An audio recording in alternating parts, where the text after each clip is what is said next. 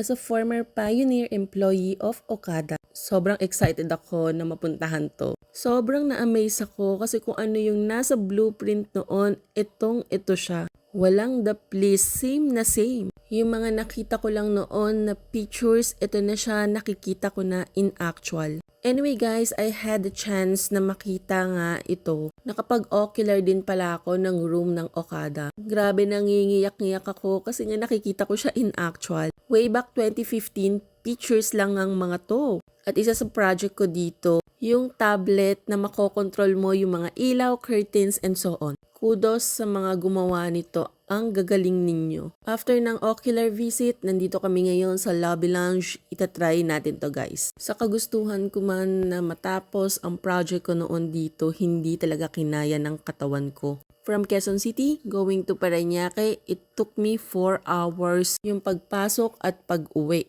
Imagine, yung biyahe ko pa lang 7 to 8 hours na. Kahit batang-bata pa ako noon at malakas sa pangangatawan ko, hindi maiwasan na lagi akong nagkakasakit dahil sa pagod ng biyahe. Sobrang naging anemic ako nung mga panahon na empleyado pa lang ako. Dahil lagi akong puyat. Anyway guys, itatry nga pala natin yung donuts nila. And in fairness naman dito sa nabili kong donut, grabe, ang sarap. Talagang magi-stand out tong donut na to. Sa husband ko naman, umorder siya ng cinnamon. Sabi ko ilatag niya yan kasi messy kumain talaga yan.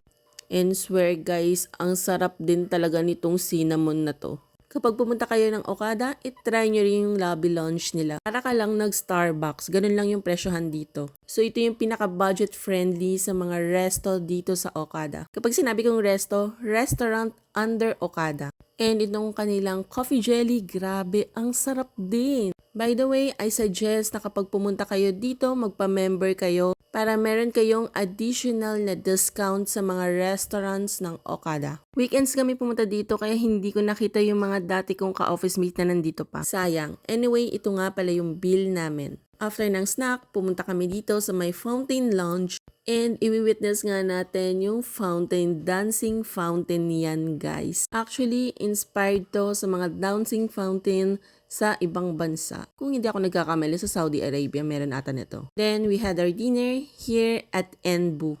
This is a Japanese restaurant under Okada. And guys, kapag member ka, makakaroon ka ng discount sa restaurant na to. And grabe sa interior!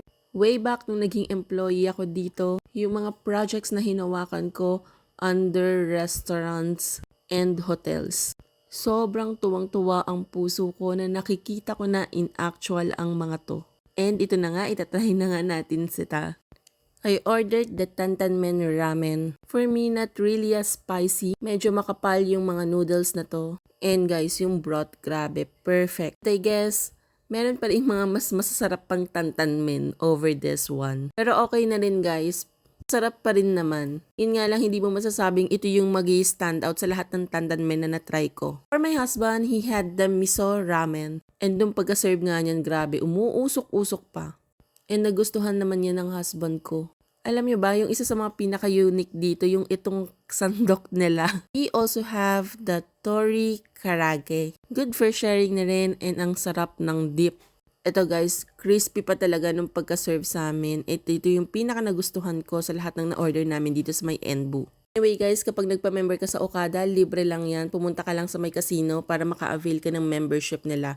At ito nga pala yung bill namin sa Enbu. Explore din namin ang Cove Manila pero hindi na kami nakapasok sa loob. And nanalo nga pala ako ng free medley lunch. Again, under Okada Manila pa rin yan. Just different day na bumalik na lang kami. And pagkapasok nga guys, grabe, ang ganda din dito. Agahan nyo yung pagpunta dito para masulit ninyo yung mga foods, matry ninyo lahat. So, sobrang dami ng option, mahirap matry lahat. And pagkakuha nga namin, inuna ko kaagad yung mga seafoods na nakita ko and of course, itong lechon. Mga foods na hindi mo madalas makain in a normal way.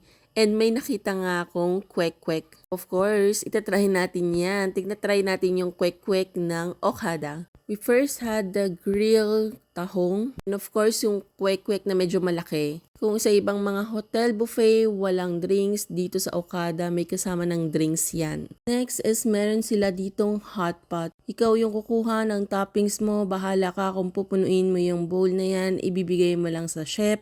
Mamimili ka kung anong noodles and soup and siya na ang bahala dyan. Meron din palang carbonara dito. While preparing, ayan guys, pinili ko yung laksa soup. Napadami ata yung kuha ko. Kaya to the rescue yung husband ko, hati kami. Matik na rin pala yung seafood na in-order ko. And of course, yung carbonara. And the best talaga yung laksa soup. Sakto nga na merong seafoods. I'm not sure kung laging may seafood sa mga buffet nila. They also gave us the happy anniversary cake since we are celebrating our anniversary here. Aside from seafoods, they also have breads. Iba't ibang breads yan. And mga sushi and maki. And talagang sinulit ko ang sashimi nila. Kayo ba, ano bang mas gusto ninyo? Tuna or salmon sashimi? Most likely, salmon sashimi ako. And of course, meron ding mga fruits dito. Na guys, patapos na ang ating buffet dahil nagpo-fruits na nga tayo. And of course, like other dessert like cakes and ice cream. Sobrang daming options and guys, merong mangga. In fairness, may bagoong. Kaya hindi natin palalagpasin yung mga yan. Nakasulit na buffet hotel na na-try ko. Kung sweet lovers ka, talagang mag-e-enjoy ka sa dami ng option ng mga dessert nila. Especially yung ice cream, ang sarap. How can I imagine na matatry ko yung mga restaurants na to? Na dati kino-conceptualize lang nila. Isa rin sa mga naging projects ko noon is yung Cove Manila and hopefully next time matatry na natin yun. For the last part of our buffet, we have the coffee. Para hindi na tayo mag-Starbucks, ayan, tipid. Meron na yan sa buffet. Grabe nga lang ang pait, so nilagyan ko siya ng sugar. And ayun, perfect na. Anyway guys, ito nga pala yung bill namin for Medley Buffet. And that's the end of my vlog.